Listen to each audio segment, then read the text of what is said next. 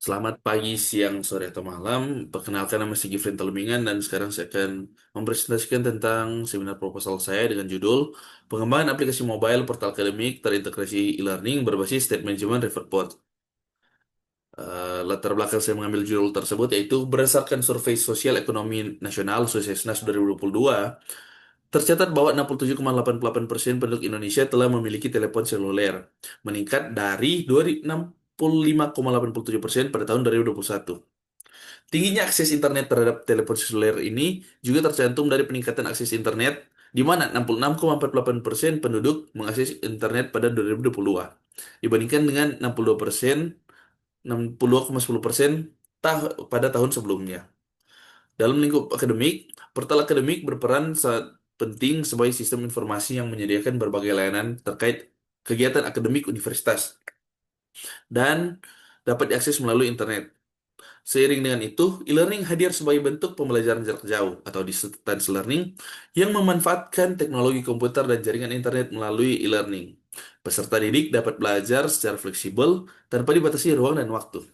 Berdasarkan eh, latar belakang tadi, tingginya tingkat kepemilikan telepon seluler dan akses internet tersebut menunjukkan bahwa smartphone telah menjadi perangkat utama masyarakat dalam mengakses layanan digital, termasuk layanan di bidang pendidikan. Pola penggunaan ini mendorong kebutuhan akan sistem yang tidak hanya dapat diakses melalui peramban web, tetapi juga dioptimalkan dalam bentuk aplikasi mobile. Aplikasi mobile dinilai lebih sesuai dengan karakteristik pengguna smartphone karena menawarkan kemudahan akses antarmuka dan antarmuka yang lebih responsif, serta integrasi dengan yang lebih baik dengan fitur perangkat seperti penyimpanan lokal dan akses real time. Dengan demikian, pengembangan aplikasi mobile menjadi langkah strategis untuk meningkatkan efektivitas, kenyamanan, dan keterlibatan pengguna dalam memanfaatkan layanan akademik dan e-learning secara berkelanjutan. Dari latar belakang tersebut ditemukanlah rumusan masalah sebagai berikut. Yang pertama, bagaimana kita mengembangkan portal akademik mobile yang terintegrasi dengan sistem e-learning. Yang kedua, bagaimana tidak terjadi error server-side rendering pada portal akademik berbasis mobile sehingga tidak akan mengganggu pengalaman pengguna. Nah, dari rumusan masalah tersebut terdapat batasan masalah yang saya buat. Yang pertama, portal akademik yang dikembangkan hanya akan memuat fitur-fitur KRS, KHS, transkrip, pengumuman, presensi, tugas kuliah, tambah course, materi course, tugas course, serta panduan penggunaan.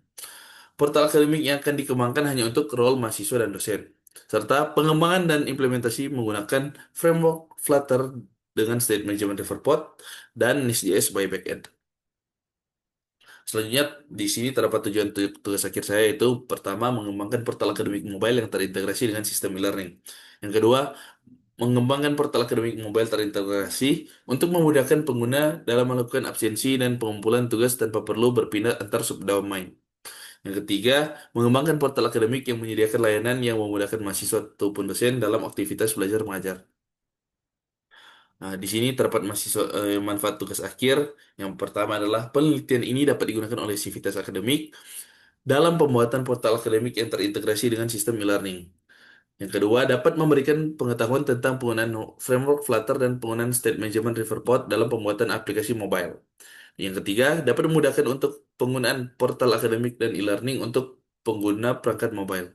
Yang keempat, lebih efisien ketika ingin mengirimkan tugas yang ada dalam e-learning karena tidak perlu berpindah-pindah subdomain. Selanjutnya di sini ada beberapa penelitian terkait yang saya ambil ya, dari pertama yaitu aplikasi mobile, aplikasi berbasis Android menggunakan Flutter Framework untuk keperluan perizinan tugas keluar pada PT XYZ sampai dengan penggunaan teknologi eh, Flutter dalam pengembangan aplikasi untuk pengembangan kedai kopi. Dan di sini ada tinjauan teori saya itu dari aplikasi mobile, teknologi dan layanan akademik, teknologi informasi dan layanan akademik, Flutter, State Management, Unified Modeling Language, dan metode pengembangan sistem.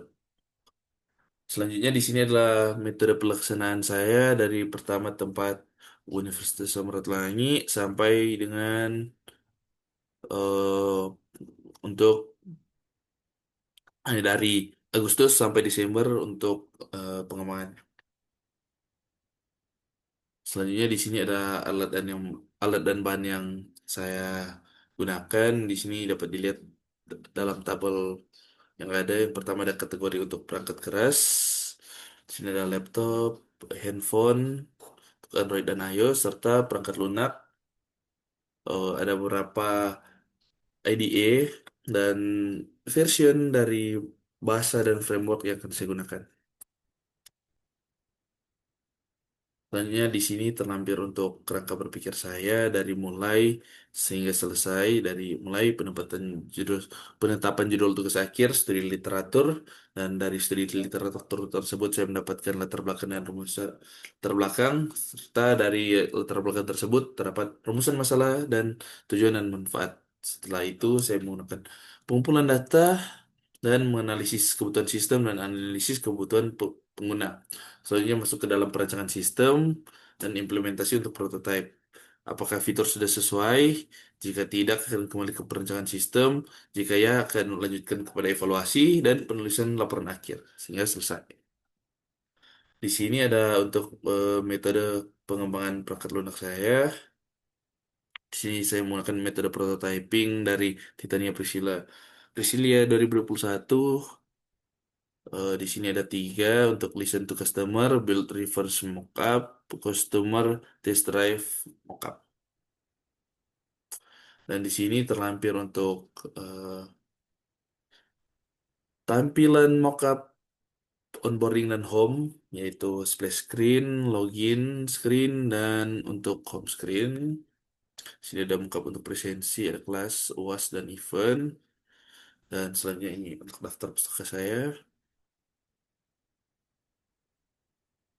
Berikut juga ada terlampir lampiran. Ini ada untuk use case diagram mahasiswa, use case diagram dosen, ada activity diagram user login, dan ERD, Entity Relational Data Diagram saya yang akan digunakan.